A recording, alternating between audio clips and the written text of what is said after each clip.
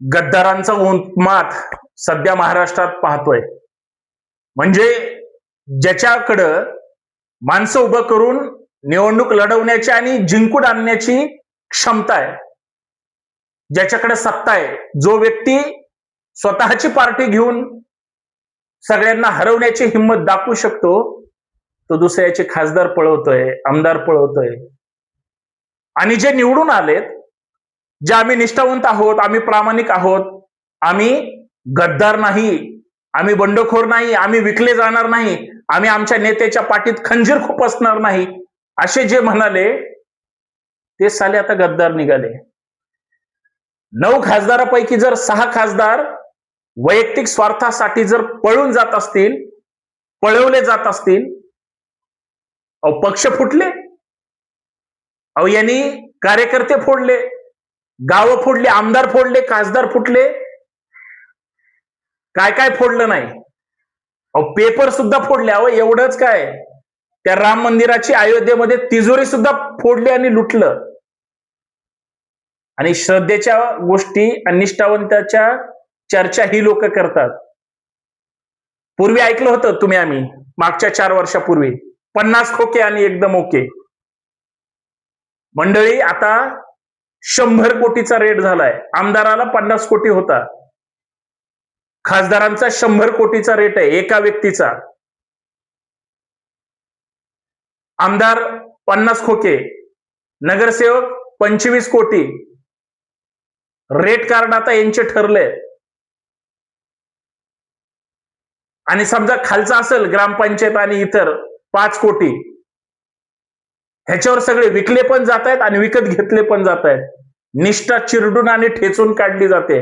प्रामाणिक लोकच उरले नाहीत. ज्यांनी निष्ठावंत म्हणून, धाराशिवचंच उदाहरण घ्या, मी 6 बद्दल बोलत नाही, एकाबद्दल सांगतो.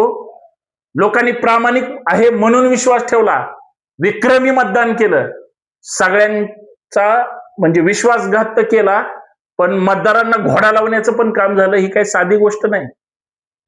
लोक चिडलीत. अय गद्दारांनो, इतकी गद्दारी जर तुमच्या ठासून होती तर निवडणुकीच्या अगोदरच जायचं ना. ज्या नेत्याच्या किंवा गटाच्या कळपात जायचं, अगोदर का केलं नाही? कशाची भीती आहे, कशाची भूक आहे? पैशाची. अडचणीच्या, संकटाच्या किंवा तुमच्या उभारीच्या काळात तुम्हाला ज्यांनी भरभरून दिलं, गद्दारी करून काय करणार आहे?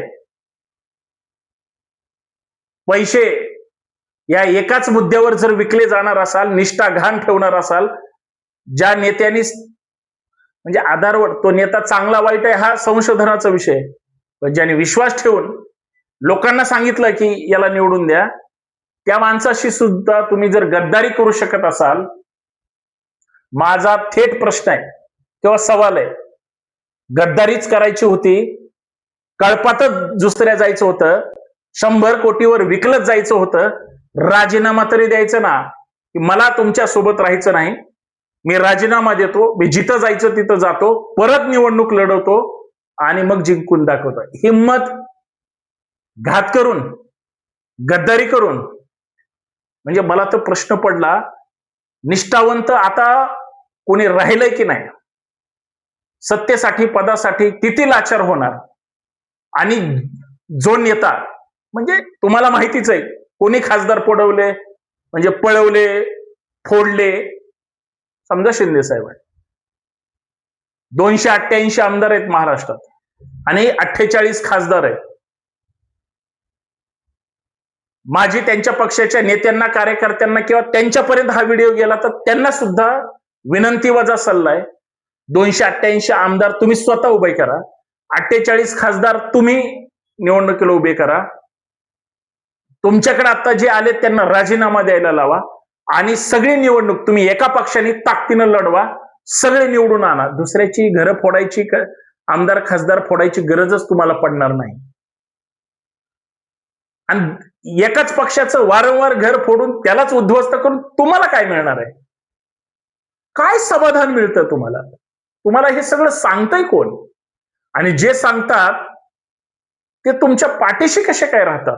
जे तुमच्या पाठीशी उभे राहतात त्या खुद के गिरेबान में कभी तो झाक के देखो, अशी परिस्थिती आहे.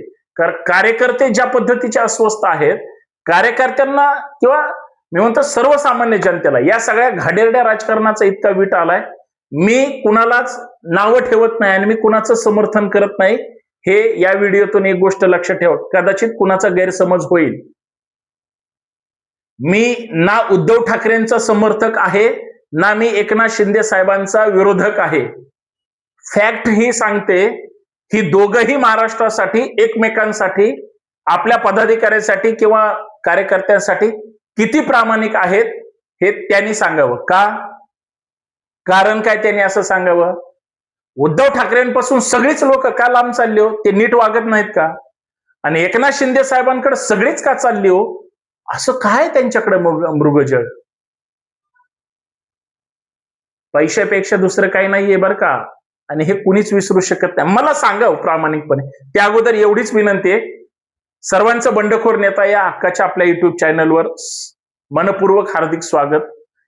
जी आत्ता बंडखोरी केली जाते ते हे बंडखोर चॅनल नाही. व्यवस्थेच्या विरोधात जे लढतात, लोकांच्या हितासाठी जे लढतात, बोलतात, ती बंडखोरी जी क्रांतीची मशाल आहे किंवा ते प्रतीक आहे, या अर्थाने घ्या. हे चॅनल सबस्क्राईब करा, इतर व्हिडिओ पहा, हा व्हिडिओ शेवटपर्यंत पाहणे, हा व्हिडिओ इतरांना शेअर सुद्धा करा. मला एवढंच म्हणायचंय, कोणीतरी वाईट वागतं म्हणून कोणाकडे तरी जातात आणि कोणीतरी विकत घेतं म्हणून त्या कळपात जातात. गरज काय? मी म्हणलं ना 48 खासदार तुमचे उभे करा, निवडून आणा तुम्ही. गरज नाही दुसऱ्याची पळवायची. बरं दुसऱ्याचे किती पळवणार? आमदार 288 तुम्ही लढा. प्रत्येक पक्षाने स्वतंत्र लढावं, ज्याचे निवडून येतील. राजकारण पहिलं चांगलं होतं. इतकं वंगाळ, गचाळ, खणेरड आणि गढूळ पाण्यासारखं कोणीच पाहिलं नाही. सामान्य नागरिक म्हणून आपल्याला राग येणार आहे.